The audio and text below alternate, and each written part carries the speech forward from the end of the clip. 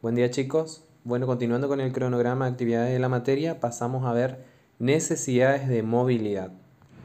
Bueno, como objetivo de la clase me planteé que al finalizarla ustedes logren identificar los diferentes trastornos en la postura, puedan conocer los diferentes tipos de movimiento y tipos de ejercicio y puedan notar la importancia del ejercicio físico. Bueno, tanto si movemos nuestros músculos, por ejemplo el diafragma para mejorar la oxigenación y la función inmunitaria, o bien practicamos yoga mientras estamos acostados, el movernos, o sea, nuestra capacidad para movernos es un aspecto esencial para nuestro bienestar.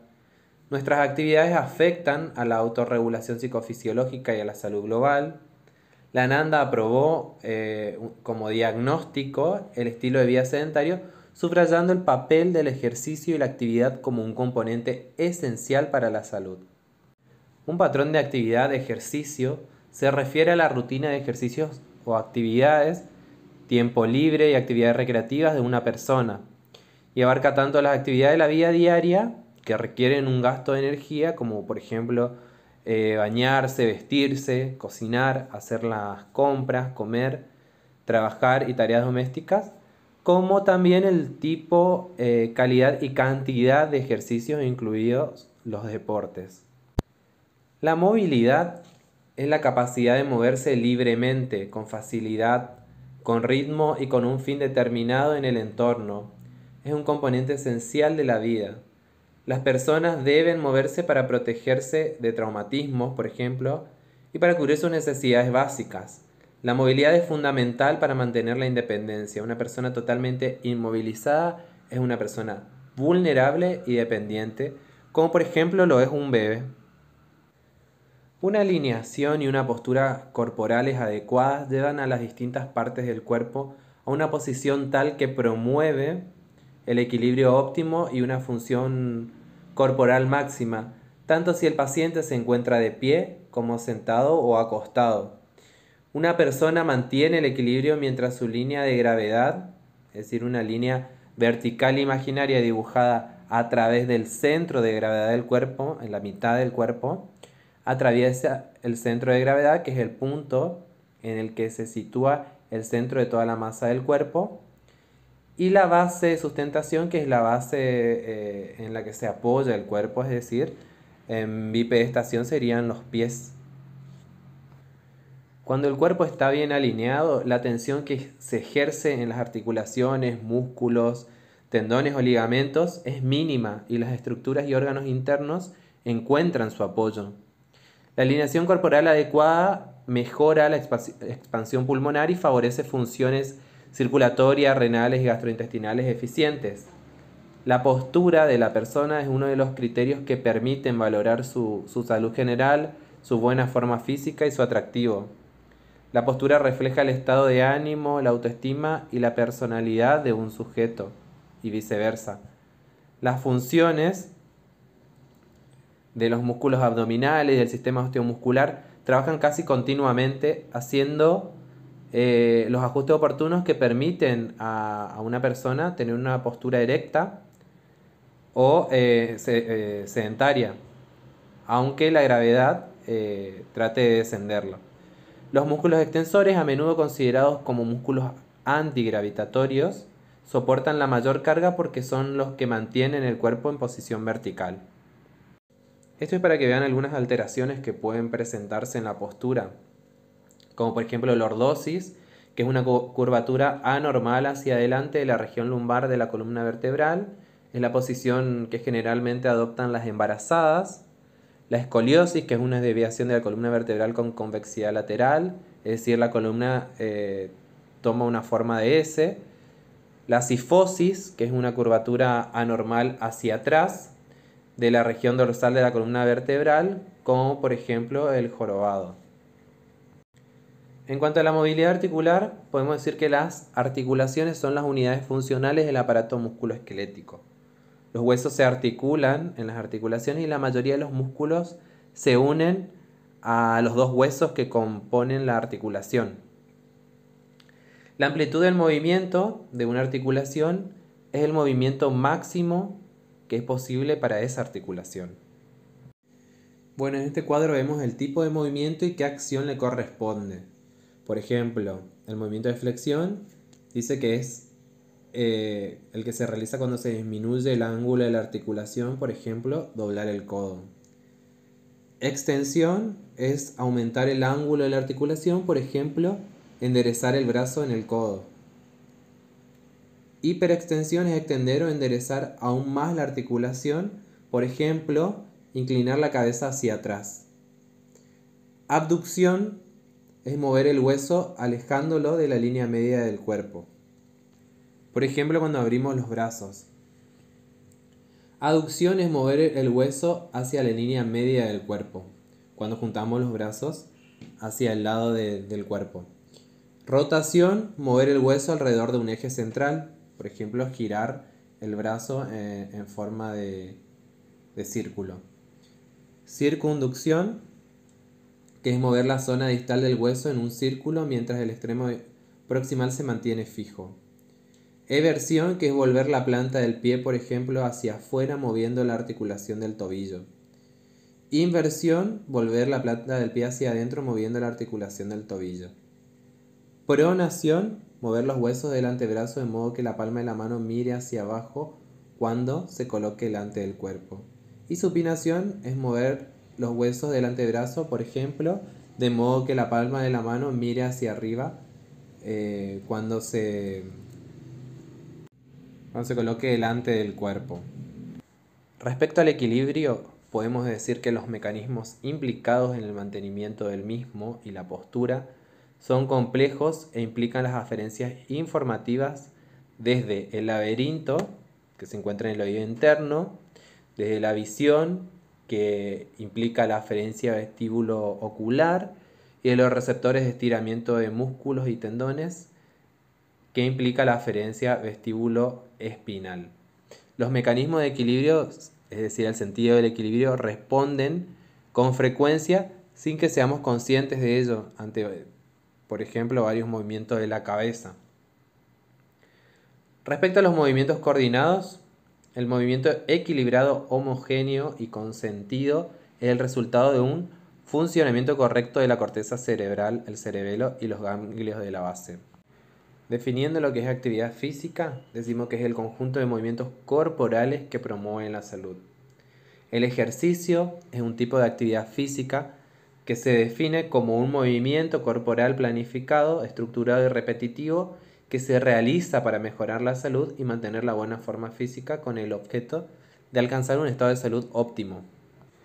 Los tipos de ejercicios se van a diferenciar o se van a clasificar según el tipo de contracción muscular y según el origen de la energía.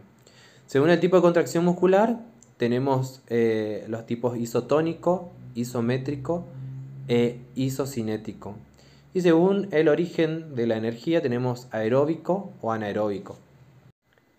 Los ejercicios isotónicos son dinámicos. Son aquellos en los que el músculo se acorta para producir la contracción muscular y el movimiento activo. Por ejemplo, como les mostré en la imagen, cuando una persona realiza sentadillas.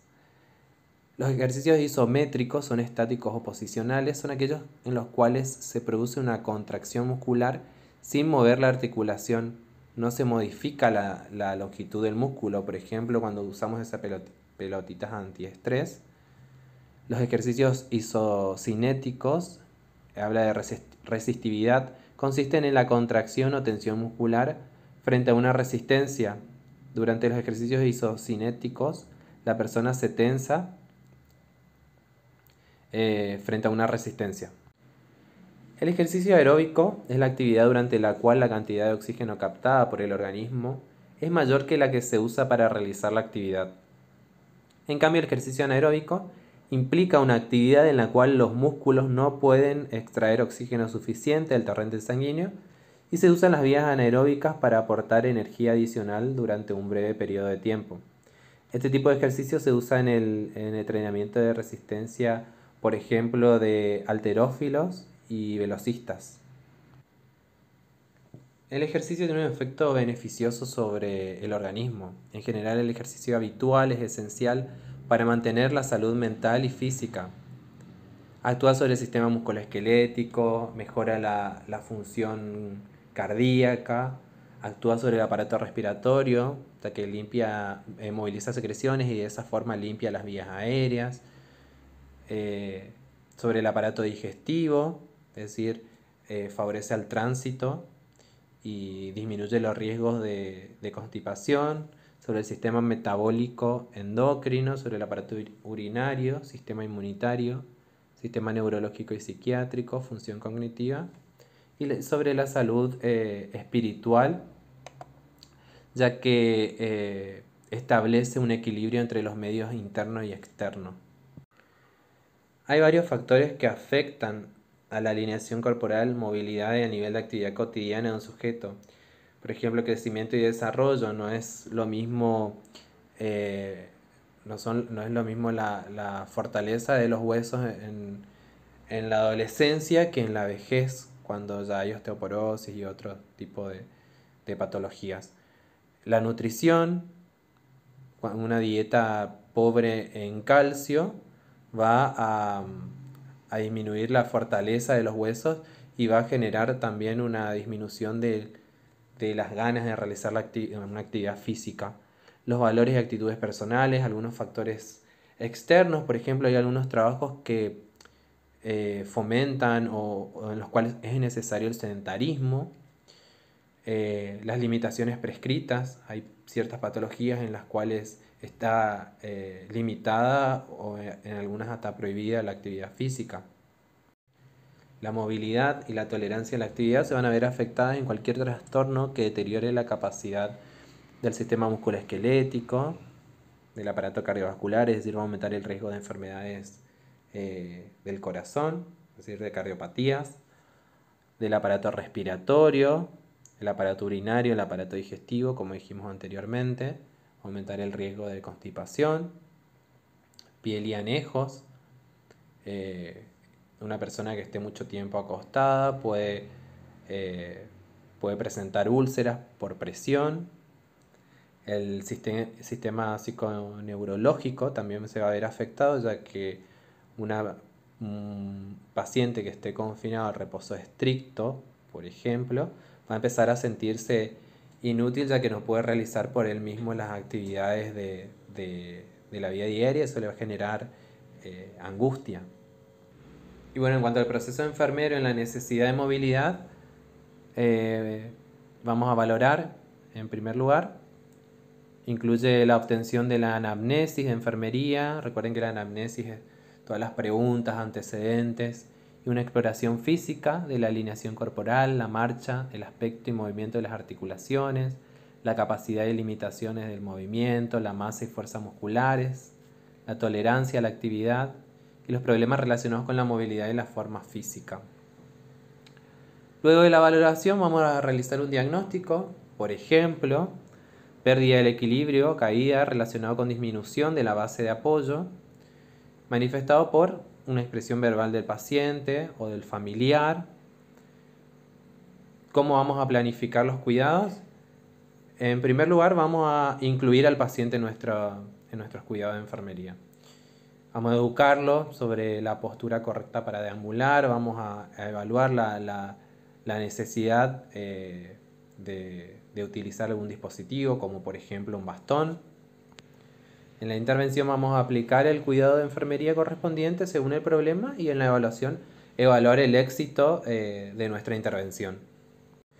Y bueno, acá tienen la bibliografía, que es la misma que utilizo siempre y que ustedes también la disponen de esta bibliografía.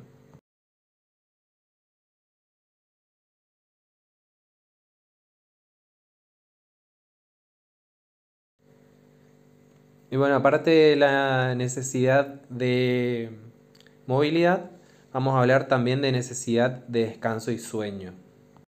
Como objetivo, me planteé que al finalizar esta clase ustedes puedan definir con sus palabras lo que es sueño, diferenciar los tipos y las etapas del sueño, identificar los factores que afectan al sueño, conocer los trastornos del mismo y aplicar el proceso enfermero en las diferentes alteraciones del sueño.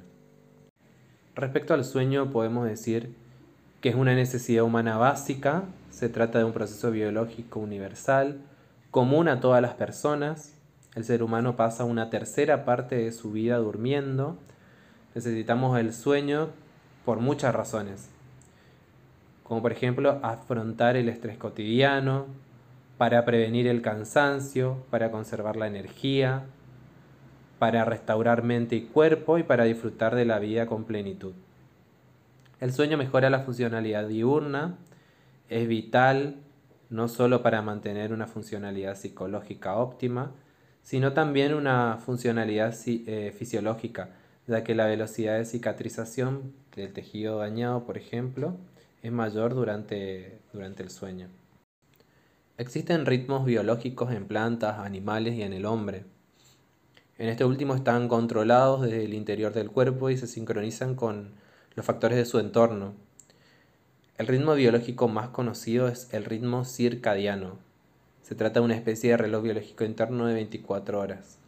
El término circadiano procede del latín circa 10, que significa aproximadamente un día, y aunque los ciclos de sueño y vigilia son los ritmos circadianos mejor conocidos, la temperatura corporal, la presión arterial y muchas otras funciones fisiológicas también siguen un patrón circadiano. Existen dos tipos de sueño: el sueño no REM sin movimientos oculares rápidos y el sueño REM con movimientos oculares rápidos.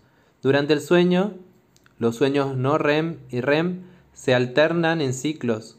Un desarrollo irregular de los ciclos o la ausencia de las etapas del sueño se asocian a trastornos del sueño. El sueño no REM representa alrededor del 75% del tiempo de sueño total y consta de 4 etapas de sueño progresivamente más profundas. En la primera etapa es el sueño más liviano y cuando uno está entre dormido y despierto, digamos. En la segunda etapa es cuando se duerme profundamente y pierde conciencia de lo que pasa alrededor. Y en las etapas 3 y 4 es el sueño profundo y reconstituyente, que se considera el más importante para mantener una salud adecuada. Durante esta etapa la actividad cerebral experimenta ondas lentas y difícilmente la persona se despierte.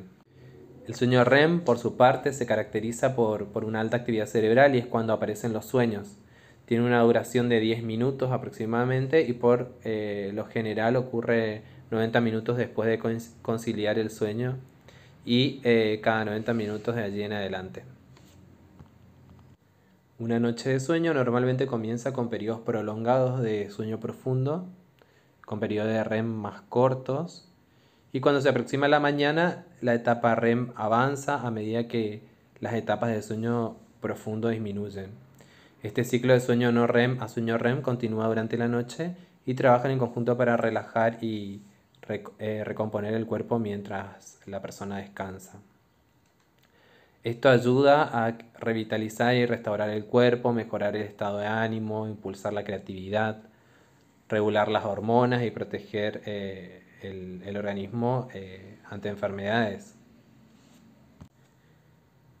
Los efectos del sueño en el cuerpo no se conocen con detalle. El sueño tiene efectos fisiológicos tanto en el sistema nervioso como en otras estructuras corporales. De alguna forma el sueño restaura los niveles normales de actividad y el equilibrio normal entre las partes del sistema nervioso. El sueño también es necesario para la síntesis de proteínas, que permite que se produzcan los procesos de respiración, por ejemplo. La función del sueño es el bienestar psicológico y se aprecia mejor con el deterioro de la función mental relacionado con la pérdida del sueño. Las personas que no tienen un sueño adecuado tienden a ser emocionalmente irritables, con mala capacidad de concentración y tienen problemas para tomar decisiones. Existen patrones y requisitos del sueño normal. Aunque antes se pensaba que mantener un ritmo regular de sueño-vigilia era más importante que el número de horas de sueño que se dormía, en realidad la investigación más reciente ha demostrado que la privación del sueño se asocia a problemas cognitivos y de salud significativos. Aunque es importante restablecer el ritmo de sueño-vigilia, por ejemplo, después de la interrupción a causa de una intervención quirúrgica, conviene permitir o fomentar la siesta diurna de los pacientes hospitalizados. Las horas de sueño van a variar de acuerdo a la etapa de desarrollo. Por ejemplo, los recién nacidos duermen alrededor de 18 horas diarias, lo que va disminuyendo a medida que va creciendo hasta llegar a los adultos y ancianos que duermen alrededor de entre 7 y 9 horas por día. Hay una serie de factores que afectan tanto a la calidad como a la cantidad del sueño. La calidad del sueño es una característica subjetiva y a menudo se determina porque la persona se despierta con sensación de energía o bien desganado. La cantidad de sueño es el tiempo total que duerme esa persona. Los factores que van a afectar el sueño van a ser las dolencias. Un paciente que tiene dolor va a costar que concilie el sueño. El entorno, muchas veces el cambio de su lugar, su dormitorio a la sala de internación hace que sufran de insomnio. El estilo de vida, el estrés emocional, los estimulantes y el alcohol, la dieta. Por ejemplo, comer en demasía durante la noche va a interferir en el sueño. Consumo de cigarrillos, motivación, medicamentos. Hay muchas drogas que producen somnolencia o bien insomnio. Conocer los trastornos del sueño más frecuentes permite a los profesionales de enfermería valorar las quejas sobre el sueño de sus pacientes y, cuando proceda, derivarlos a un especialista en trastornos del sueño. Aunque los trastornos se clasifican normalmente para los estudios de investigación como disomnias, parasomnias y trastornos asociados a dolencias médicas o psiquiátricas, para los médicos es más apropiado fijarse en los síntomas, por ejemplo, insomnio, somnolencia excesiva y episodios anormales que se manifiestan durante el sueño, o parasomnias. ¿Qué es el insomnio? Se describe como la incapacidad para quedarse dormido o permanecer dormido. Las personas con insomnio se despiertan sintiendo que no han descansado. Somnolencia diurna excesiva. Los pacientes pueden tener una somnolencia diurna excesiva como resultado de hipersomnia, que se refiere a una afección en la que el sujeto afectado duerme lo suficiente por la noche, pero aún así no puede mantenerse despierto durante el día. Narcolepsia, que es un trastorno con exceso de somnolencia diurna causado por la ausencia de la hipocretina, química en el área del sistema nervioso central, que regula el sueño. Apnea del sueño, que se caracteriza por pausas frecuentes y breves de respiración durante el sueño, o bien falta de sueño, que es la privación del sueño voluntaria aunque no intencionada. Una parasomnia es una conducta que puede interferir con el sueño e incluso puede producirse durante el mismo.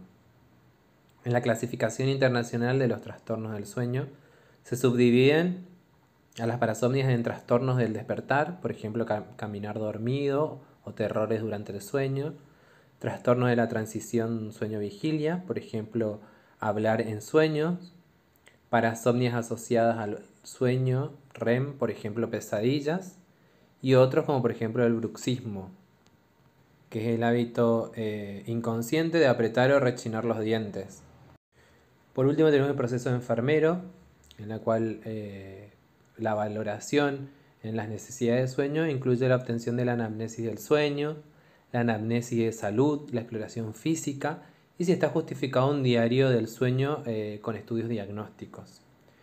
Respecto al diagnóstico de enfermería, un ejemplo podría ser insomnio relacionado con ansiedad manifestado por incertidumbre acerca de su estado de salud. Esto es siendo en un paciente, digamos, que está hospitalizado. Durante la planificación de cuidados, siempre involucramos al paciente, informar al paciente sobre los procedimientos de enfermería a realizar, evacuar dudas sobre su estado de salud. Esto es muy importante que tengan en cuenta que al evacuar las dudas no podemos brindar información nosotros porque sí nomás. Por eso es necesario que estemos presentes al momento que el médico informa al paciente datos relacionados a su estado de salud para no dar información de más. Luego en la intervención aplicamos el cuidado de enfermería correspondiente Y por último evaluamos si hubo o no éxito en nuestro plan de cuidados.